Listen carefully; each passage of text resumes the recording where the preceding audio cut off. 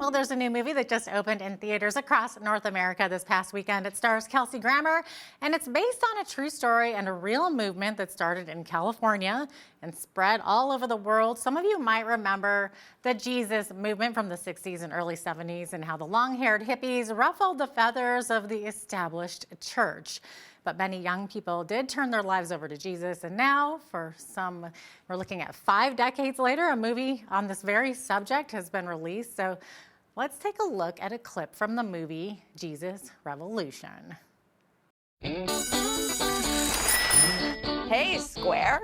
I am not a square. Think we should invite Greg this weekend. What's this weekend?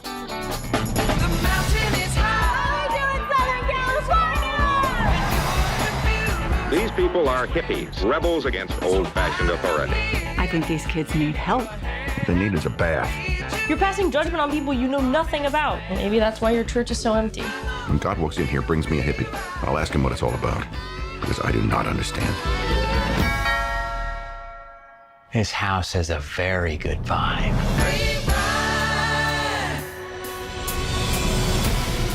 There is an entire generation searching. Slow down, man, slow down. Just in all the wrong places. If you want to reach my people, you need to speak to them in a language they understand. If I bring them in, I'm going to lose my job. We can only walk through doors open to us. In your church, that's a door that's shut. You've probably noticed we have some guests here today. I'd like you to meet my new friends. Welcome. They don't belong here. Half of them aren't even wearing shoes. They're staining the new shag carpet. They need our help. If you feel like you're misunderstood and judged, you will find forgiveness and freedom right here. That was awesome. Now that door is open any time of day. And if there are some who don't like that, well then that door works both ways. All right, Pastor, let's begin. I was almost done with this, but then you did what nobody else would even dare. This thing that we found, I feel like I belong. You're gonna need a bigger church.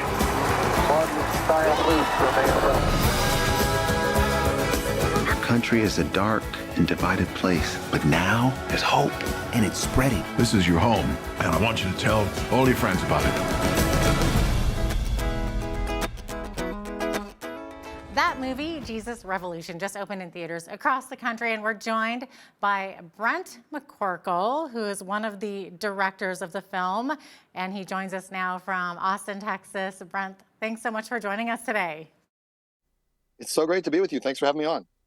Okay, great. So we're just so happy to have you here. I did see the movie, and I gotta say, I love the soundtrack, and wow, seeing those outfits and hearing the music, it must bring back a lot of memories for some of our viewers who grew up in that era. But for any younger viewers who maybe missed out on that, can you maybe briefly explain what was happening in those days and what was this movie focused on exactly? Yeah, so we start in 1969. It's a really dark time for our country. We've had multiple political assassinations. We're in the middle of the Vietnam War. You've got the Cold War in full effect with the Cuban Missile Crisis, all the civil unrest, all of the social justice, the countercultural movement. You have state troopers actually shooting students on our soil at Kent State. Yeah. It was just a dark time. People thought the world was going to end. It was a very divided time, similar to today. A lot of hatred, a lot of people screaming at each other.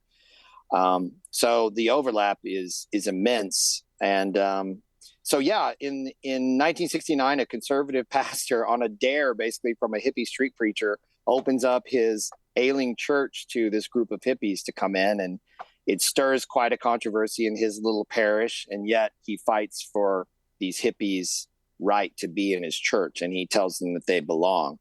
So you see these two disparate groups of people come together under the banner of Christian love and find a way to make it work. And it's really subtle in our movie, but the hippies bring in a lot of things into the church that the church needed at the time, and you just get this beautiful sense of love and hope, community, belonging.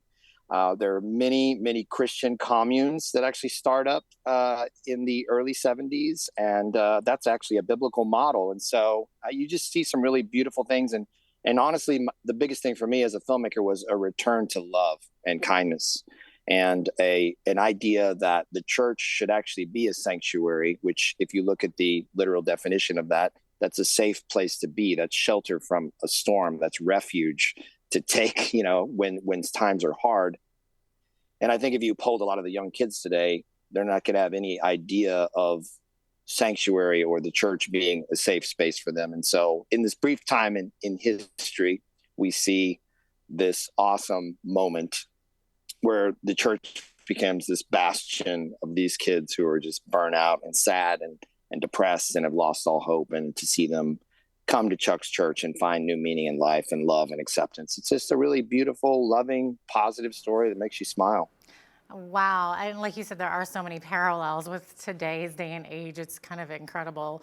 Maybe tell us who's starring in this film. I think the most famous that we saw there is probably Kelsey Grammer.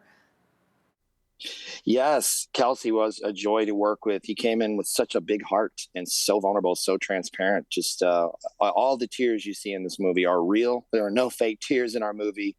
And the acting, the feelings, it's all completely authentic. And he did something so incredible, so beautiful, so vulnerable. It moves me. I've seen this movie hundreds of times. I was in charge of getting it all edited with my main editor, John Puckett. And this movie still brings me to tears hundreds of times later. I was going to say, it probably hits you in a different way every time you see it, right? It does. And I think a lot of it is just the authenticity of the performances and how hard these actors work, especially. But we have Jonathan Rumi, who is the star of Chosen, this little underground phenomenon. I don't know if you've seen it or not, but he plays Jesus on The Chosen, and just an amazing actor. We had Anna Grace Barlow and Joel Courtney, Kimberly Williams Paisley, Ali Ianides, Charlie Patton. I mean, we had just an amazing, amazing cast. There's not a bad drop of acting in this movie, and I'm so proud of this cast. Yeah, that's one thing I found too, is the acting is phenomenal. Of course, we all know Kimberly Williams from, is it Father of the Bride? That's right. Where she's very famous from, and we all love That's her. right. And of course, married to Brad Paisley, so, how can you go wrong with that? So was the cast sort of a mix of both Christians and non-Christians? It is a very Christian-focused movie, obviously. That's correct. That's exactly right. And if I may, brag on Kingdom Story Company, what we want to do is we just want to work with the best people out there. And I personally think it's morally wrong to exclude certain people based on their beliefs, and actually think it would go against what this movie is trying to say. So we worked with the best talent, and there was a beautiful mix of beliefs and thought and ideology. And you know what? We all got along, so it can be done. There was just a lot of love flowing on set. And I think one of the most beautiful things to me is when someone who's not a person of faith comes up to me with with tears in their eyes and says, I'm an atheist, but that moved me, and thank you for that. And it means a lot to me. I want this movie to go wide and touch people from all walks of life. And we walked it out, I think, to a pretty great degree on set. And I think you feel that energy coming through on the screen. Well, you mentioned on set, and so I understand that there were people on the set of the movie who were saying that they could actually feel God's presence on the set, so that it was noticeable. So maybe share a little bit more about this. Yeah, that's true. Really funny story. So Greg, the movie is about Greg Laurie. He's an evangelical pastor, very popular here in the States, and has a ministry to millions of people. And so Jonathan Rumi is a Catholic. Joel Courtney has never baptized anybody before. He's just an actor. You know what I mean? Jonathan Rumi has never baptized anybody before. And so we're out doing takes with all those baptisms. And Greg, realizing Jonathan has never come up in the evangelical tradition, and we're doing evangelical baptism. So Greg takes Joel and Jonathan Rumi to baptism boot camp, basically, and teaches them how to do it out there in the ocean, and make sure they can do it right. And they looked great on camera. They did it right. And Greg did a great job teaching them. But what happened in all that was people really asked Joel during the takes to be baptized.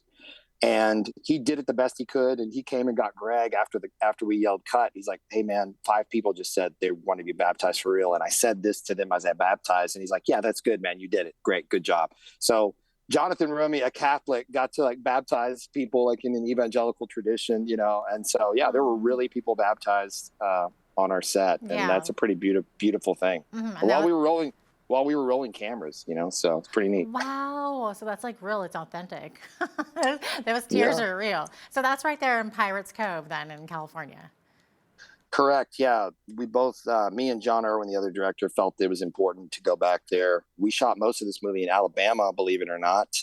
There's just some beautiful scenery in Alabama, and we made it work. But that last week that we shot, we knew we wanted to get the authenticity of really being at Pirates Cove, where those baptisms were really held. And so we did it. It was very, very difficult. It's cliffs, it's jagged rocks, it's very slippery and very scary. We had to have an extra team there just to make sure everybody was safe walking around over the rocks, and we couldn't shut the beach down. It's a state park, and so you can't shut the beach down. So we had to work with all the families there that were, on vacation, and the tourists. And so it was a pretty wild day, but so beautiful. It was John Irwin said it's his favorite day ever that he's ever shot in his entire career. So it was very, very beautiful days out there. That's amazing. Okay, so I know it's early because the movie just came out in theaters, but what has the response been so far? Is the film getting good feedback? Is it having an impact on people? Oh yes, it's it almost tripled what the industry expectations were. So a bunch of people have come out in North America to see the film, and I'm excited. There's already talk about international releases for this thing, so I'm excited to hopefully see it go all over the world. But yes, just the outpouring of love and support for this movie has been overwhelming. The marketing team is exhausted, and a bunch of us are, because we've just been trying to thank everyone and engage with everyone who's reaching out to us, thanking us for this movie. It's just, I think, at least in the US right now, I think a lot of people are just tired of the hate. There's so much gridlock here, and there's so much, division, and people yelling at each other in all caps on social media. And I think a lot of people are just tired of it. This is a sweet little movie that's calling everybody to return back to love and kindness. And I think the greatest people group that should carry that forth into culture are Christians. I mean, Jesus said, love your enemies, and I've maybe met 4 people in the world that have done that, and so the bar is high, for how we need to love and express God's love to the world.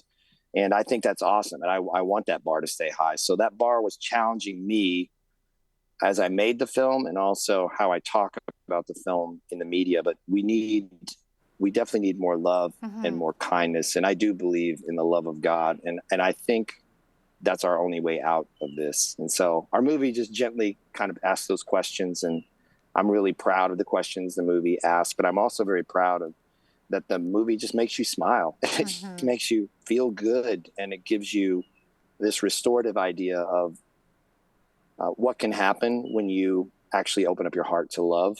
And yeah, I'm very proud of the movie. I'm proud of the cast and the crew, and I hope everybody sees it. I think, irrespective of your beliefs, I think there's something in this for everyone that will minister to your heart and touch you. Yeah, totally. And then, of course, like you're talking about opening up your heart and sharing the love. And so speaking of which, so there's been some Christian leaders that have been wondering out loud if this is more of maybe a coincidence that the timing of the movie release seems to be hand in hand with the revival among young people happening at Asbury University and other schools across the U.S. So any thoughts on that?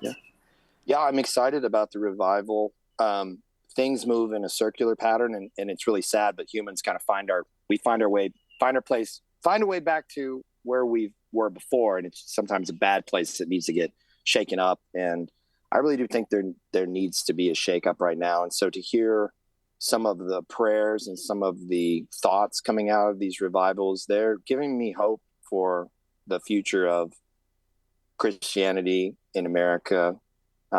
So yes, it's very crazy, and it seems very coincidental or non-coincidental, I would say, that this has happened. This movie's been trying to get made for 7 years, and it's fallen apart a couple times. And so it's almost like it got delayed by bigger hands than us. So I don't know. I'm really fascinated by all of it.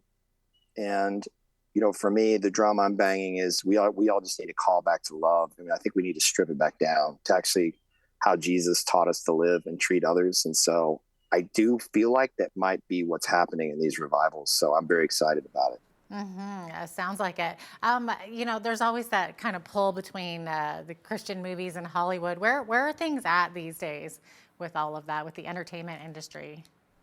I appreciate this question. I usually step on toes and cause a little bit of offense when I say this, and I don't mean to, but I'm honest. But I don't, Hollywood is one of the fastest institutions in America to get co-opted into the culture wars.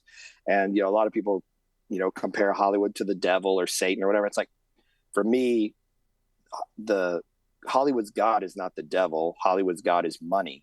And if you look at a capitalistic society, a lot of people fall into that category. But the film industry is a business just like anything else. And so if a bunch of people show up and support a movie like Jesus Revolution, Hollywood's going to pay attention, and they're going to be like, wow, okay, people want to see this movie. We're very excited. Like the box office in the North American continent is ailing right now. It's in some trouble. And so to see these smaller movies doing well, like Jesus Revolution, I think they're going to pay attention. I think we're going to get bigger budgets. I think the quality is going to continue to improve, and they're not against these movies. If anything, I think they're going to get more and more excited as more filmmakers come on the scene that are actually good, that have a heart for it, and not just trying to cash in on it, but actually have an authentic heart for telling stories that have faith in it. But I think these movies are going to soften hearts and touch people. And I think we're going to see a lot more A-list actors who actually are people of faith get on board with us, because the quality is coming up. So you're going to see people like, oh, wow, I can't believe that guy's doing that movie, or that girl's doing that movie. I think that's going to happen a lot too as we keep moving forward. So I'm very excited for the Hollywood and faith market partnerships going forward. I think it's going to be a really great season that we're heading into now. Well, all the best with the movie. It was wonderful. And we thank you so much for being with us today, Brent. Thanks for having me on. It's been such a great conversation. I really appreciate it. That was Brent McCorkle, one of the directors of Jesus Revolution. The movie is in theaters this week.